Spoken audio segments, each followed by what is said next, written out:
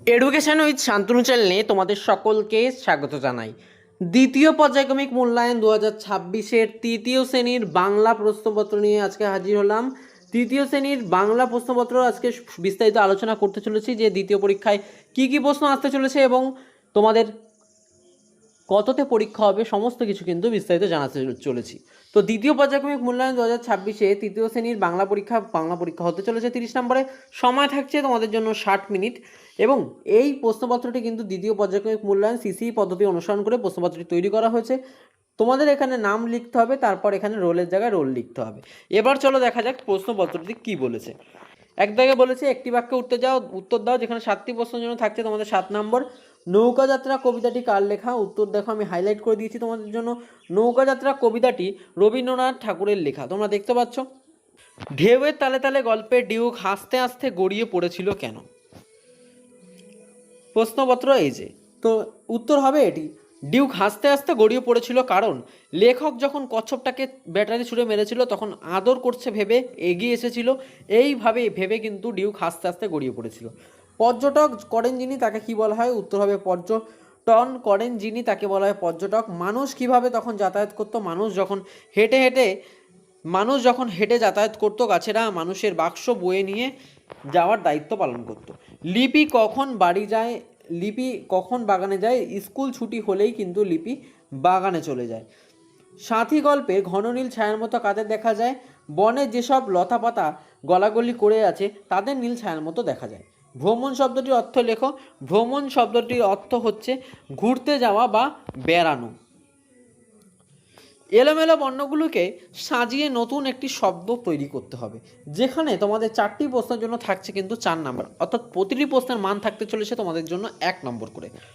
তো প্রথম প্রশ্নে বলা হয়েছে সেটি হচ্ছে তোমাদের সাজিয়ে লিখলে হবে রাজগঞ্জ, এবং দ্বিতীয় প্রশ্নটি সাজিয়ে লিখলে তোমাদের উত্তর হবে জিনিসপত্র।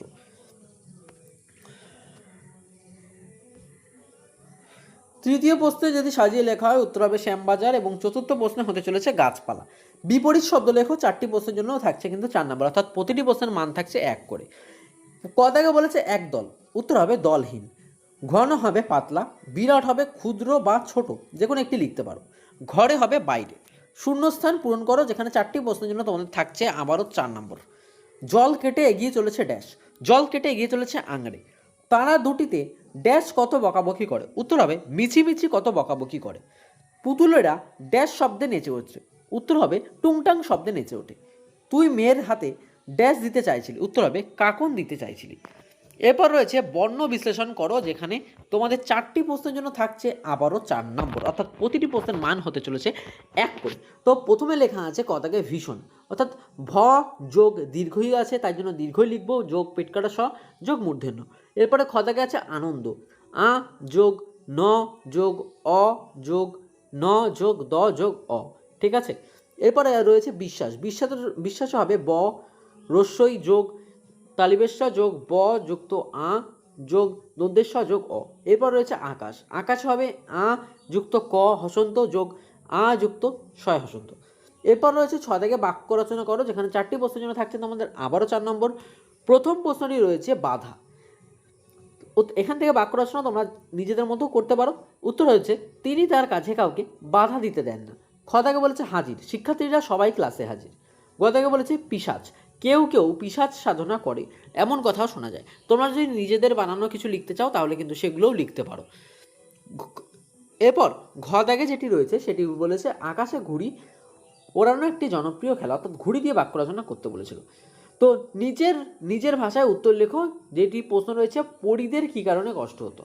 উত্তর আছে পরীদের দেহ রোদে পুড়ে যেত, বর্ষায় ভিজে যেত, শীতকালে কাঁপতে থাকতো বলেই তাদের খুব কষ্ট হতো। তো এই ছিল কিন্তু তোমাদের তৃতীয় পর্যায়ক্রমিক মূল্যায়ন 2026-এর বাংলা বিষয়ের নমুনা প্রশ্নপত্র এবং সাথে তার উত্তর। এখান থেকেই প্রশ্নপত্র তোমাদের পরীক্ষায় কমন আসতে চলেছে। তো প্রশ্নপত্রটি তোমাদের কেমন লাগলো তো অবশ্যই জানাবে। চ্যানেল নতুন হয়ে থাকলে চ্যানেলটিকে অবশ্যই সাবস্ক্রাইব করে রেখো।